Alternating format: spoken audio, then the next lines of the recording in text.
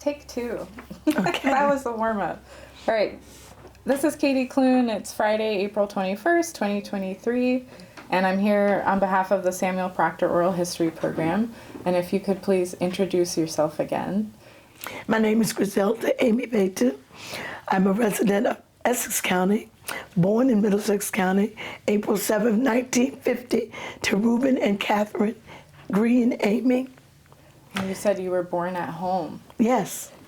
In fact, Dr. Eldrick Stewart was my mother's doctor, and I had arrived before he arrived, and he continued to bring me into this world.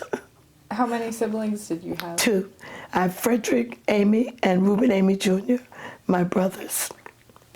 And would you like to also say your husband's name and your children's name? Yes, my husband is deceased from the COVID as of December the 2nd, 2020. His name was Nathan Russell Bayton, Jr. I have a Nathan Russell Bayton III, my oldest son, born June the 23rd. And I have a younger son named Garrick Adair Bayton, and he's a senior now. He was born June the 25th. And both of my sons have children. My oldest son has 4 children now, ranging from 20 down to 6 months. And my youngest son has 2 children. They are 4 and 6 years old. And he has an older son who's 22, who is his wife's son, and so he's also my grandson. So I have 7 grandchildren. Did most of them stay within the area? My youngest son is still residing in Richmond. My oldest son has moved to Essex County. Okay. And yes.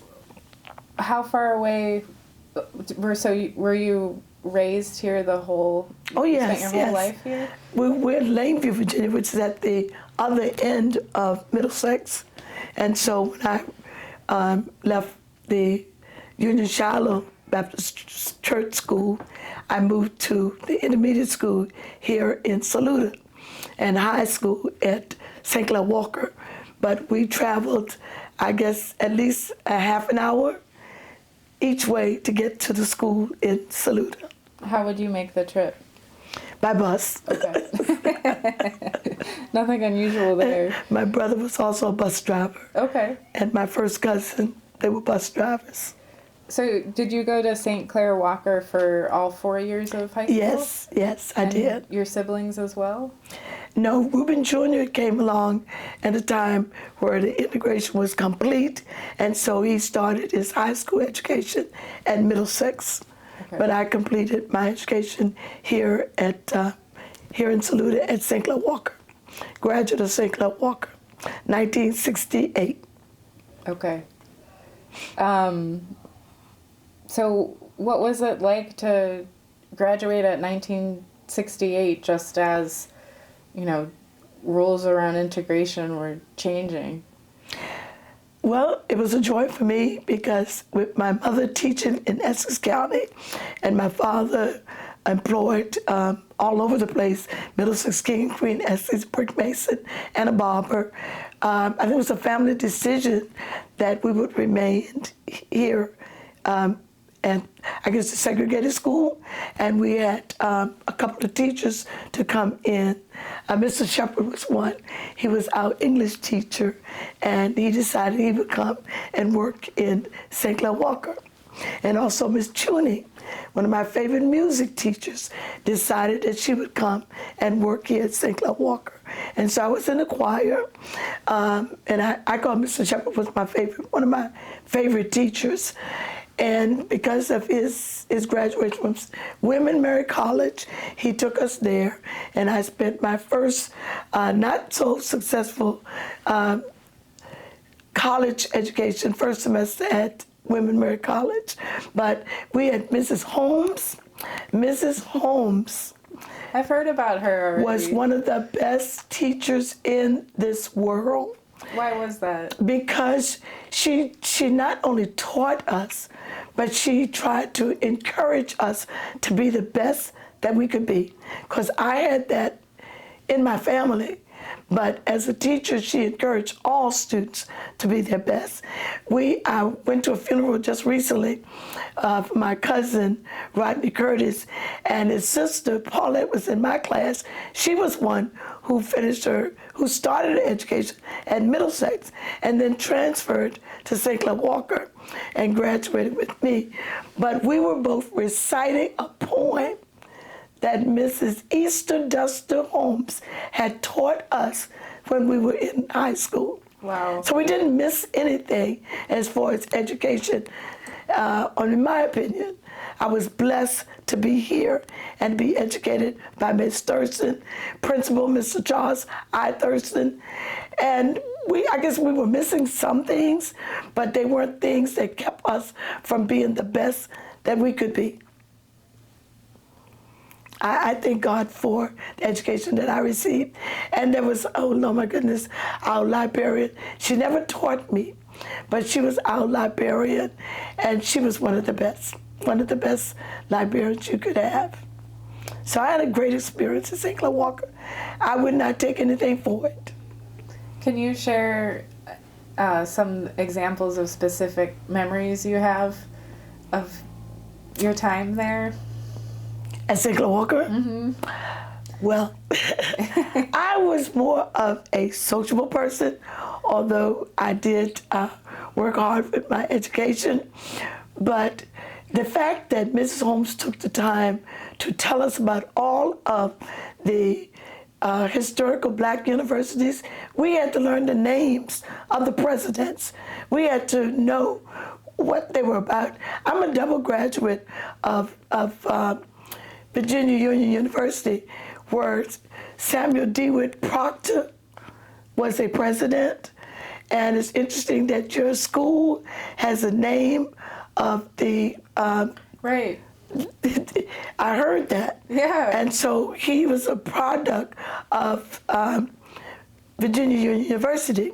And L. Douglas Wilder, the first African-American governor, was a product of Virginia Union University. But back to St. Clair Walker. I was so happy about the teaching, the learning process, and everything that occurred, that when I graduated from St. Clair Walker, I may have been the only one, but I shed tears. I cried and cried. Mom, so much fun. I said, I'm missing this school. It was such a great school. And even though sometimes I was allowed to go out in the hallway, fix bulletin boards and do other things and socialize. And the socialization was great too. But we were reminded by Ms. Holmes, our purpose was not to be necessarily socializing, but to get a good education. And that's why we could recite, somebody said that it couldn't be done by educated guests. But I would be one who wouldn't say so till I've tried. And that's been a part of my life. Things that I want to do, I've always been able to try to do it. And I've fallen in love with her son, Sherman Holmes, and his wife, Pinky, who live right in this neighborhood. I just met him. That I plan to meet to go and visit today. Oh, good. But I think overall, everything that we engaged in at St. Clair Walker was a benefit. The socialization, the education, the educators that were here who were not here to fail us, but to improve us and to see that we would be successful. And each and every person was considered a valuable student. Were your parents part of the school community? Yes, I didn't know until late. My dad was, president of a PTA. But my mother was always engaged with us. But she was an educator in Essex County. She was one of those first who came to integrate the schools in Essex County by coming to Santa Claus School. Okay. Yes. Do you remember talking about school at home with your family? Oh, yes, we did. That was one I won't say that. I won't talk about that. But yes, we did. And yes, we did talk about education. My oldest brother, Frederick Amy, was the one who I felt was most studious. I did my work, graduated third in my class, but he was most studious. He had a time schedule on his door that said when he would be studying.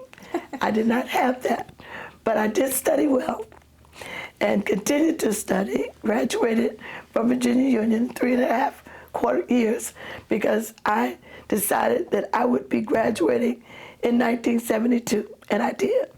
And also, I followed my brother to the same school. Frederick Amy was there, and the whole time that I was there, I was a scholar at Virginia Union University. What did you enjoy studying there? What was your major? Reading. Okay. Reading, and I even went to get a master's degree in reading so that I could just teach reading to the children in Richmond.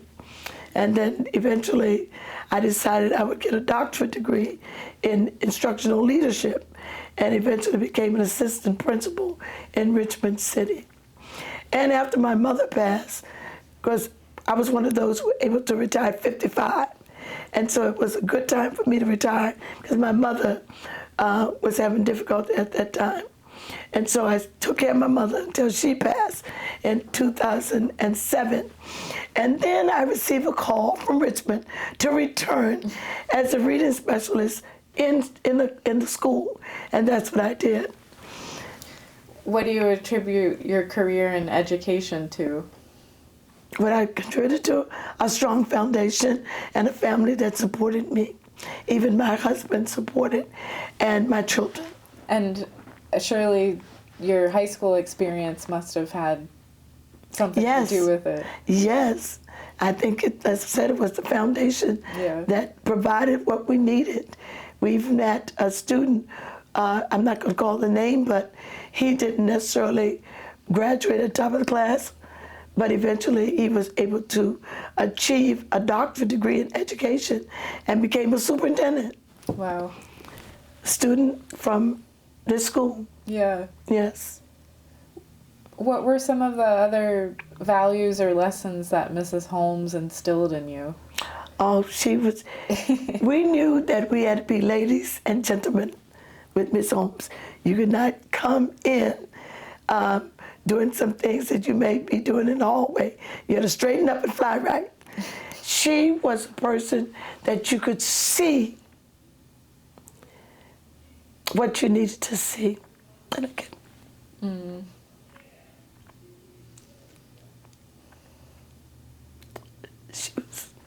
She was everything. Even for me, this is my first time in Middlesex County, and I've met, I think, 6 people today, and I think 5 of them have been taught by her and shared stories of her to me. The best. Yeah, incredible to think about how many lives she's touched. I call her Maya Angelou. Aww. Because she taught us poetry, she taught us about the world and everything, how to be women and men. Were you saying that you recited a poem she taught you at a funeral recently? Yes. What poem was that? There's one that I started, and I always say Paulette, my cousin, was better at the memorization, but it was by Edgar A. Guest. Somebody said it couldn't be done, but he would have chucked a reply that maybe it could, but he was one who wouldn't say so until he tried to buckle right in with a grin on his face without any doubt. And when he started to sing, as he started to think, he wouldn't say so until he finished. Yeah, Paulette and I were laying back. This is what in the world? And we were remembering Mrs. Holmes and the way she shared with us things that were lifelong. Yes. Lifelong things that she embedded into us that we could carry on for life. Now, my mother was very inspirational, and my father. My father had an 8th grade education, but yet he was able to be to be with my mother's cousin and learn the trade of brick masonry. He also was able to graduate from a school in Richmond as a barber. He studied barbering, and my brother said he graduated top of his class with his 8th grade education from Union Shiloh School. And my mother, of course, she was the first in her family to go to college, to go to St. Paul's College and graduate with a degree. She taught first grade children and second grade children for Lifeline. She started with first grade. I think she taught first grade for over 25 years and then was transferred to Essex when they built a new school. We actually taught for 2 years together in the same school.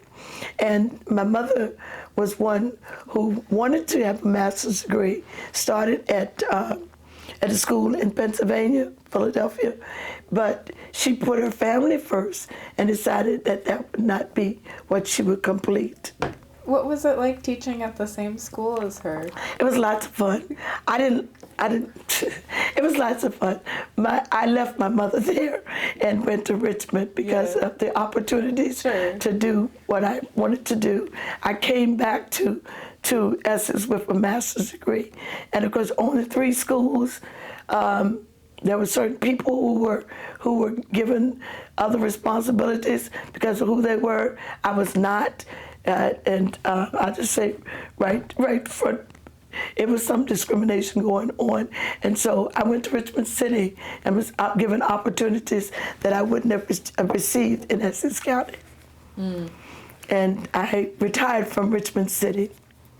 As a educator, and you said a principal or assistant principal.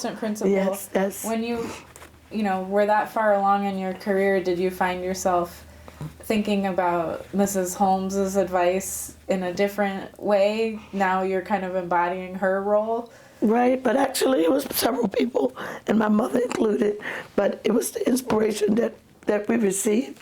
I had it at home, I had it in my family, I had it with several of the teachers here, and I think it was a combination. And I have to say that at St. Clair Walker, she was the best. Yeah. But it was a combination that strengthened me. I would say that my uncle, Dr. Calvin Coolidge Green, was an inspiration to me. I would say my aunt, that Pearl Estelle Amy Smith, were inspirations to me.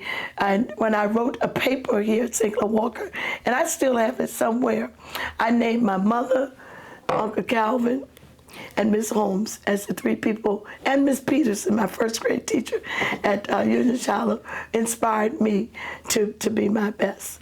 And I had my grandfather, Reverend Dr. James Herman Green, was a minister, and he was always in my life. And my grandmother, Levea Consuelo de Leva Green, was an inspiration to me because she took care of us when my mother was gone to school. Then Grandma was there. And so I have many people in my life that inspired me to be the best that I could be, who placed things in me that helped me. But I would say that my family was just as strong as any outside inspiration to me, my own family, between the Green family and the Amy family. Did any of your children go into education? No. Okay. They said it from the get-go. They said it early on in life. That would not be what they would be doing. My oldest son rather, is with Sherman Williams. He's wouldn't call him a manager. He told me that's not manager. He takes care of Sherman Williams stores. And his company, his group, has been top salespersons for 5 consecutive years. And the only thing has changed because of COVID. Mm-hmm. And his name is Nathan. He's Nathan the third. And then my youngest son, Garrett, graduated from Virginia State, both of them Virginia State graduates. He graduated, I believe, second in the School of Engineering. And he decided to stay in Richmond City. He started as intern, and when he just told them he was leaving, that's when they gave him the job. So he has stayed at Richmond, although he's able to go other places. He's married and made his home in Richmond, but he graduated as engineer. So no, they said earlier they would not be teachers. Well, watch what their kids do. It might just come back. That's right. That's right. That's right. Well, I've got some specific questions about your memories of St. Clair Walker. Okay. Are there any memories from class, like lessons or celebrations or exams or opening announcements, sort of things like that you remember? We were here when Kennedy was killed. Tell me and about it was a setback for us. And we had teachers and all of us, shedding tears and not happy about that. We were here when they said we had to collect candy, chocolates, and put them away in case there'd be a fallout and we would need to seek shelter in the school. We were here then. I had many friendships here, mostly males in my class, and we remained friends, although I selected a young man from Essex County as my best friend, and we courted during high school and college. And were there dances at school? I was what my classmates would call, what did they say I was? I was not one who would go to dance, I'll put it like that. Sheltered child. I was the only daughter. My family went to deacon conferences, church choir meetings, missionary meetings. You would find me there. Basketball games, my brother would go. I went to very few basketball games. It was here in Middlesex. My youngest brother, he went some every place. But I went basically to religious events with my parents. I was not the one. Well, that's a strong foundation that you referenced too. Yes. I learned how to, I had first piano lessons early on, and then I was supposed to be taking piano lessons with Mrs. Can't call her name right now, but she told my mother that I had other interests. So I didn't finish any piano lessons with her, Miss Lattimore. She investigated Miss Lattimore, and she was one of our choir directors. But basically, I guess it was in the school, in the classrooms. I liked math.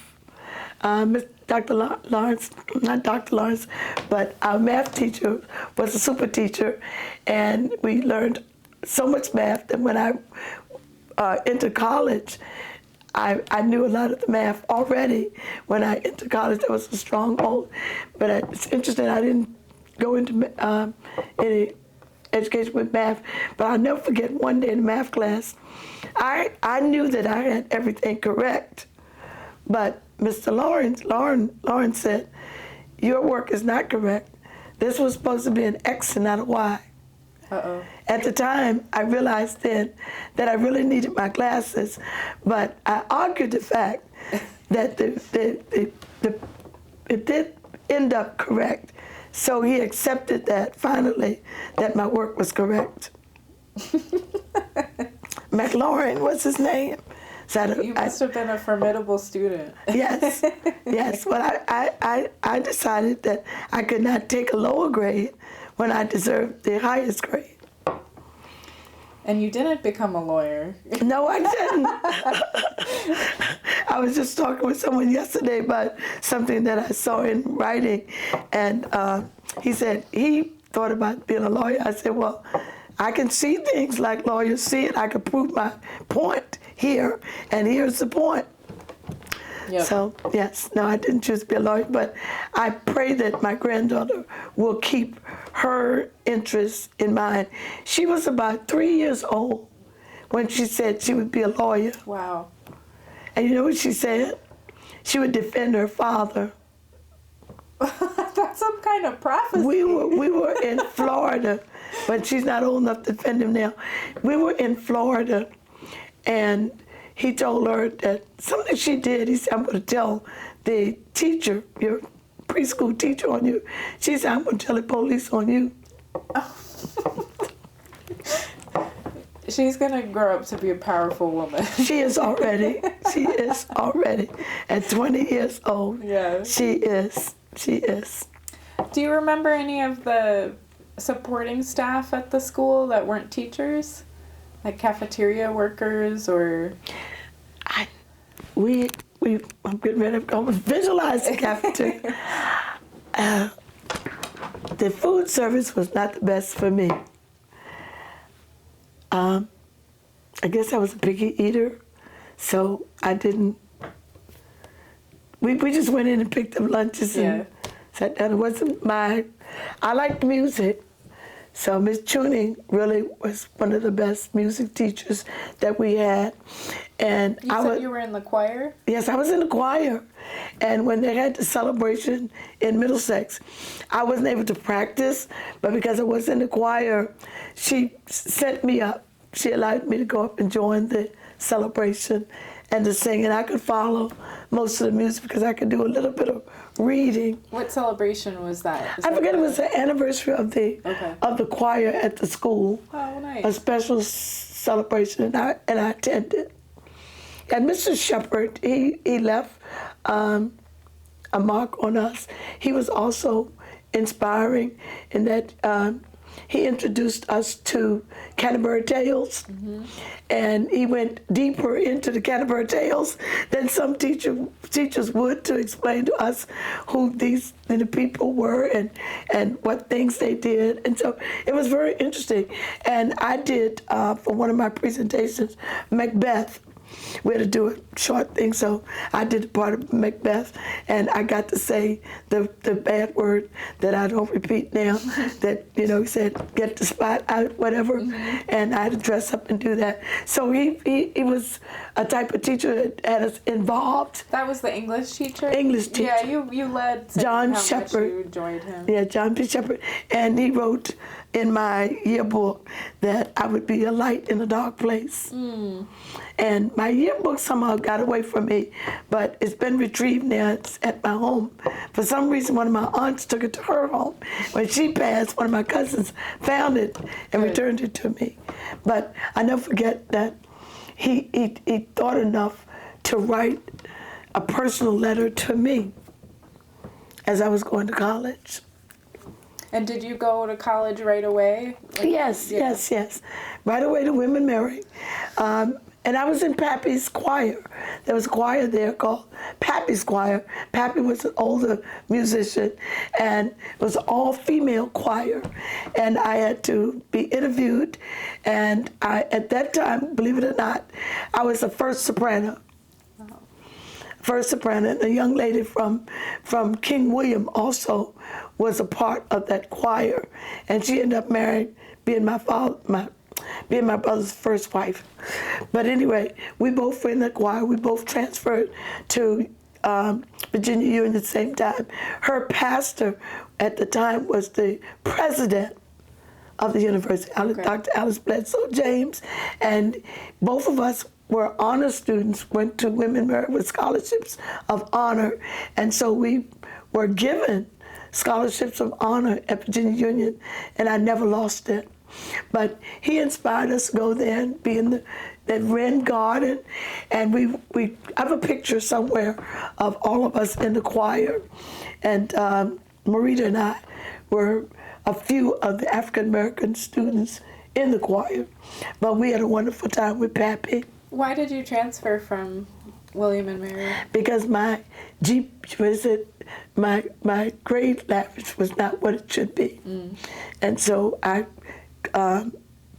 just transferred completely to Virginia Union, and she did at the same time. And I took every course that I could take in the summer so that I would graduate in 1972, which I did with honors from Virginia Union. What was the May Day celebration at St. Clair Walker? You know what? We didn't do May Day at St. Clair Walker. Okay. We did May Day at Union Shiloh, and we came up to this area and we wrapped a maypole and all that stuff. But we didn't do May Day at St. Clair Walker per se that I remember.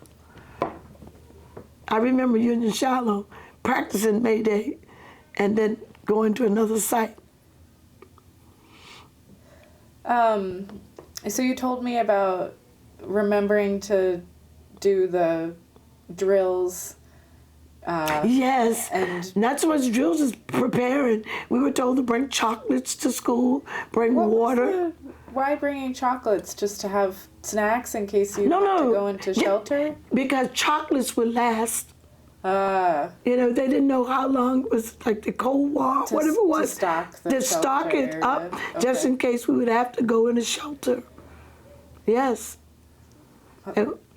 Must have been scary to think about. In a way it was, but the teachers were calm, and they taught us. We embedded. We had the calmness that they gave us. Sure. Not to, feel that this would happen. I thought it was my necklace. Surely, but I guess we kept the faith that it would not, and it did not. And of course, when the president passed, that was something. What do you remember your teachers telling you about that? I think we were all so emotional. We didn't really talk about it much that day. It was just, everybody was like, why did this happen? Why would they do such a thing to Kennedy? And it was just it was a stressful day. I don't think people did as much talking as they were mourning the loss of Kennedy. Would news and what was happening around the country and, even around Middlesex County come up in class? Would you talk about the integration happening? No, we did not. Schools? We did not. We talked more about that in our homes, and I guess, yeah. I'm not going to call any names, but some people told us when they came to school about the things that happened to them, like students mistreating them, fighting, and spitting on them and things like that. They would tell us, but not in a classroom setting, but, as we gathered together outside or something like that, they would share with us. And some of, it was stressful for them, and some decided that they had to leave it rather than stay and to take the type of abuse that they were going through. That must have contributed to making St. Clair Walker feel like such a special community. Yes. Let's see what else we've got here. I like how you really led with the last question is what was your occupation after you finished school, but we already talked about how influential your family and your time there and at Virginia Union were to leading you into being an educator. And our School of Theology is named after Samuel DeWitt Proctor, and Jeremiah Wright was his nephew. Wow. Yes. And I graduated from Samuel DeWitt Proctor School of Theology. Oh, I love in 2008. Okay. And so are you a minister? Yes, and a pastor. Where do you... Trinity Baptist Church in Essex, Center Cross. And do you do that every week? No, we're one of the, I guess it's traditional first and third Sunday churches. Okay. And so we only have service on first and third. We did go out for COVID, and then when we came in, people weren't coming in, so we went out again until the third Sunday in March, so we're in again. All right. Are there any parallels between your work as assistant principal and pastoring? Working with people, but I think it's much simpler to work with the people in the church than to work with the people in the school. Some of them were not pleased with me coming into their classrooms, and I had to let a young lady know that it was not her responsibility to tell me whether I could come in her classroom or not. It was my duty to come in and observe her. And so I'm here, but I've been blessed as a family church, and in fact, I'm related to some of the members. And so I think the responsibility it's really different. It's not so much parallel as more, it's different. I've been there 10 years now, and because of my age, I'm looking forward to the Lord giving me the opportunity to retire before passing, so that I can be with my children and family, and do the things. And I am working with the Baptist General Convention of Virginia as an officer. When do you have a date in mind of retirement, or just a hope on the horizon? Well, I'm just speculating, but I would like to do that before at the age of 75. Yeah. I've been blessed to reach the age of 73. My husband passed at 71. I just got the notice yesterday of one of my cousins who passed at the age of 71. Mm. Yeah, so I don't want to. My grandfather was a pastor until his retirement. He was about 87 years old, I guess, when he retired. He had lost some of his sight because of glaucoma and other things. But he knew the Bible from Genesis to Revelation. He could stand in the pulpit and preach. And he believed in, 2 ups and a down. I've embraced that. Get up, speak up, and sit down.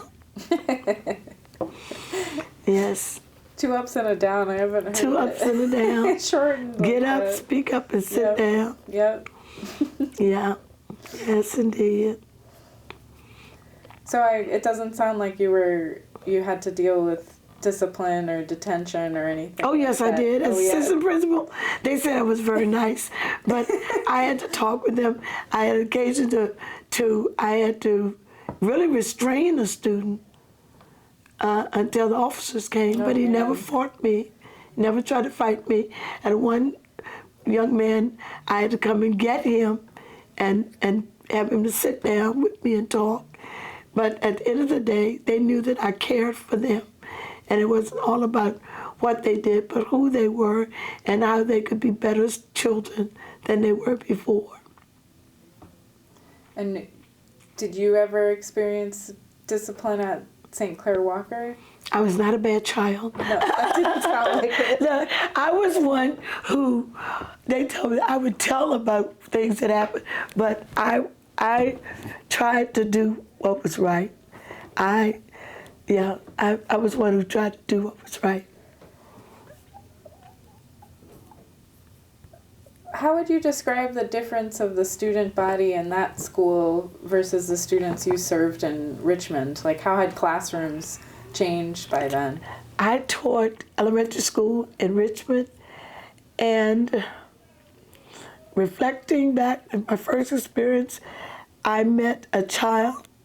And I went from Essex, I taught at Essex for 1 year. I didn't know anything about children being overactive and needing medicine. And so I met a child like that. He was in classroom.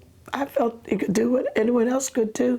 But one day, I don't think he took his medicine. And you know how they show that little Mexican bean? Mm-hmm. That goes beep, beep, beep, beep. That was his character that day. And then there were children. Basically, they were respectful, most of them. But when I went to another school, it wasn't in my classroom per se, but some of the children had some things that they would say, some things they would do. And as assistant principal, I really had to deal with some situations. We had a young man who threw a chair in the classroom. And we sent him home. His parent came to the school ready to fight. And see the door right there, we were in a conference with the principal. She wanted to come in and was belligerent, so I said, no, you're not coming in here. And she started cursing the secretaries outside. And so they called the police. And evidently they told she heard the conversation, and she stopped cussing and walked out. She was banned from the school. She wanted to know, what did we do with the other boy that her son threw the chair, was hurling the chair at? That was, and so I was in the mode of protecting the principal and forgotten myself and went to say, you're not coming in here. But then she called the principal the next day crying, said, I want to come to school. She said, no. She said, no, you cannot. You've been banned from coming into school. So, but we had a lot of parents that we tried to do things to help them. But one of our principals told us, you're not helping all the time, you're enabling. That's not that word, enabling. So push back some. But at Tappahannock, there was a difference between Tappahannock children and Richmond children. Tappahannock children were calmer. I had like 25 or 30 in the classroom. You could deal with them. They were calmer, went to a different situation. And being a person who could not set up my classroom the way I wanted at Essex, because I taught reading, and I had one group at a time. In Richmond, I had all the children at one time.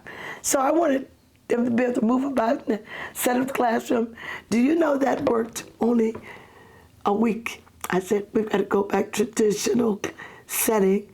You sit in your seat by the rows until we get to the place where we can have you work in centers. So I think it was a building for me. But at the end of the day, the little fella said, I like to go to you because you were kind. I said, okay. Have you kept in touch with any of your students? No, not really. Yeah. But in Essex, I have. I call her my daughter. Oh.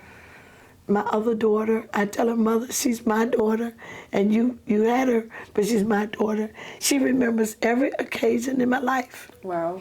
And I had children, I still talk to some of them, but before I got married, they gave me a wedding shower. And I have little things, still keep that they gave me. What advice would you give to people going into a teaching career nowadays? Number one, you need to have a desire to work with children. You don't have to love them, but you need to like them. And if you don't have that desire, you need to select another career. Understand that now you have to plan. If you fail to plan, you're planning to fail.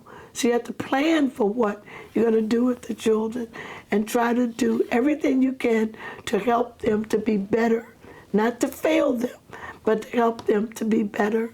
So if you don't want to do those things and you don't have that interest, find another career. It's going to be challenging.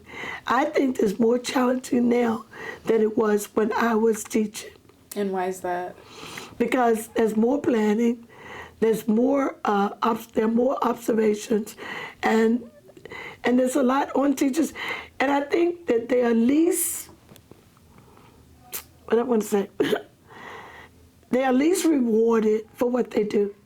Absolutely. They do more, and they're rewarded less, and I think that they need to stand up and say that, and require that the government, the school system, and the school boards do more for them because they have a lot of work to do. It's challenging. What are the barriers to teachers being able to do that? The barriers? Yeah. You just have to do, you have to make a commitment. If that's what you want to do, you make a commitment financially. And some have left before the career ended. And I would say if you feel like you need to, that's what you should do, because you're hurting the children and yourself. And there will be challenges. Yeah. There will be challenges. I have a cousin who finished public school, and he's teaching in a private school now. He said he has no words at all. He's just teaching. He can teach. And that I hear that a lot, that they're unable to teach because of some of the things that are going on in the classrooms. Wow. Yeah, it takes I would say it takes a strong person and with goals in mind of helping children to persevere as a teacher. You must have a desire to do it. Yes, And absolutely. if you feel that you falling short of that, then you should find something else to do. Yep. Because it's not good for a person to stay where they're uncomfortable. It's better to leave it.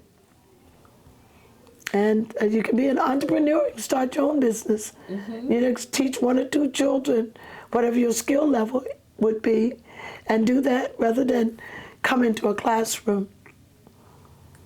And you see the things that are happening, and there's a trail from the teacher to the principals, and people are being fired for things.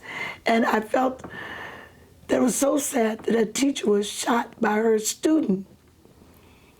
And he was supposed to be... The 6-year-old? Yes, he was supposed to have someone to bring him to school every day.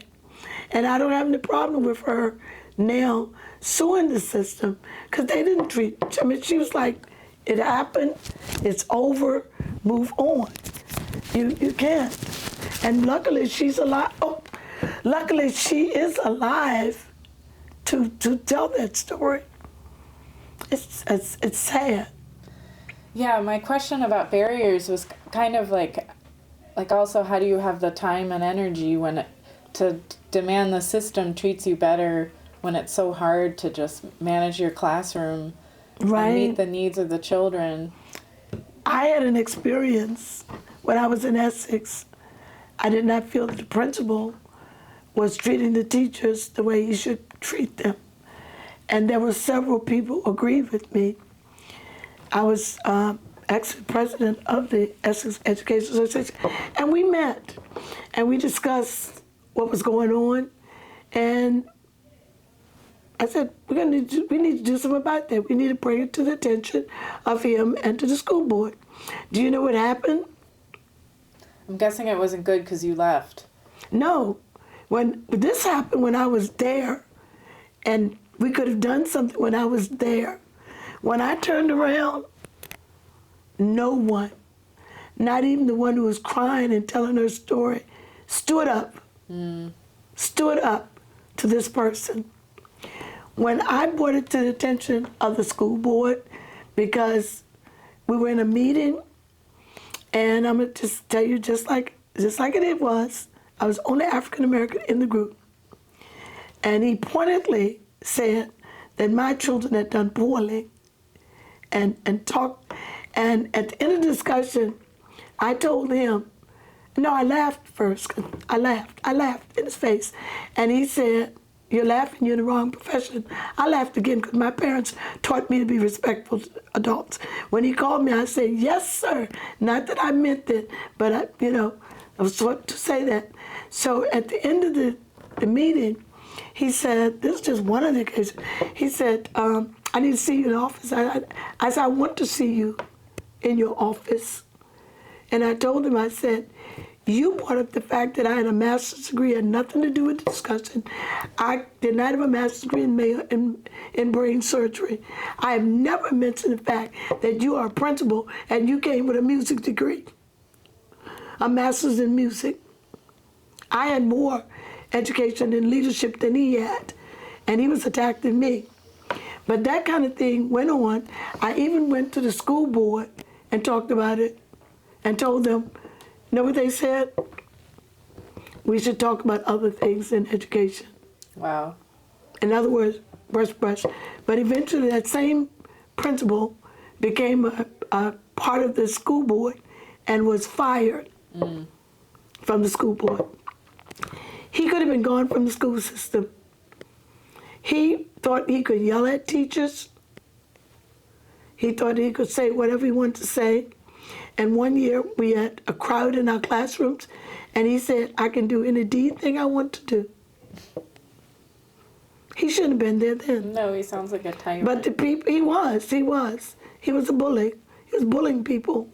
But I did not stand for that. And so I knew I had to leave. And when another opportunity came up, When I returned to Essex, because my children were young and I wanted to be there for them in elementary school and education, I came back to the school system, and a retired educator was on the playground. She said, Griselda, the next position for reading specialist, you're the only one qualified. I said, I'm the only one qualified, but I'm probably the one not going to get the job. The one who got the job was not trained in reading. She was not a reading specialist, but she got the job. She received the job. Glad I didn't get it, because I wouldn't have been leaving to Richmond. But she got the job. Was she white? Yes. Yes. Yeah. She was. And on top of that, he came to a meeting, a meeting of the teachers, and he said, I went to the school board, and they told me I could hire anyone I wanted for this position. Did not have to be a reading specialist. I was the only one sitting there who was a reading specialist.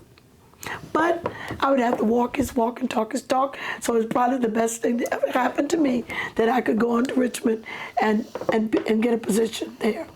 In fact, when I went back to Richmond, before I went back to Richmond, I got a call from my previous director of the reading program. She said, I've got a position for you. I hardly had to interview. I didn't interview, but she had a position already set for me. All I had to do was come and get in the position, because they respected me in that way. Yeah. So. Do you remember the principal at St. Clair Walker? Yes. Tell me about them. Mr. Charles I. Thurston. He was a great principal. What's your memory of him? Did he look formidable? Yes. I never had any bad times with him. Yeah. But I remember one time, we knew there were some of the older students who knew that in our segregated situation, we were getting the stuff. We were getting the new stuff. And he made a speech in the auditorium. Our curtains were going bad. And he told the principal, you need to go to the school board and ask for new curtains.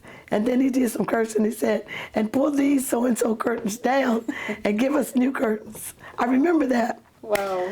But Thurston's wife was also a teacher. She was one of the most beautiful people in the world, soft-spoken. She was styling different colors of hair back in the 60s. Beautiful woman. But yeah, I thought he was a great principal. Yeah. He kept things going well. But he was attacked that day. Yeah, but even the curtains weren't up to snuff. No, books, everything, second class for us. But we still we climbed. We were able to climb. What is that? Maya Angelou, and still we were able to go far with the education that we received. We're at about an hour mark, so I want to ask you, is there anything, like how do you want St. Clair Walker to be remembered? I wanted to be remembered as a school who produced great people in the world. They produced teachers, probably lawyers, lawyers like Patricia Poston and Poston Satterfield, produce superintendents, produce people who could stand up anywhere in this world and represent St. Clair Walker, named after a great man, St. Clair Walker, who also walked around and inspired men and women to do their very best. I know he was an inspiration to my uncles, Albert Green and Calvin Coolidge Green, who went on to be top officers in the military. They went as far as they could go as African American men, and he inspired many more to do their best. And even Mr. Charles I. Thurston and Mrs. Holmes, Issa Dustin Holmes, their lives will be forever in our hearts as we try to be the best that we can be. And regardless of what we had to put up with, as Maya Angelou said, and still I rise, still I rise. And our students at St. Clair Walker, then and now can stand up and do as well as anyone anywhere. Absolutely. The time you've spent with me today has made that very clear, and how influential that school was Yes. on you and the community here. I have no problems with having stayed here at St. Clair Walker. None at all. No regrets. Well, thank you for putting your voice down on tape, Griselda. You are welcome, and I'm sorry you didn't hear my real voice. I do, and I'm supposed to be singing tomorrow. Oh. I think I over-doctored myself last night, trying to be the best. No more talking today. Okay. But you're about to go to Sherman's house. He's going to talk at you. All right. I'm just going to say hi and bye. Pinky and Sherman. Yeah. I'm in the neighborhood, hi and bye, and I must. All right, I'm gonna turn this off so that we're done.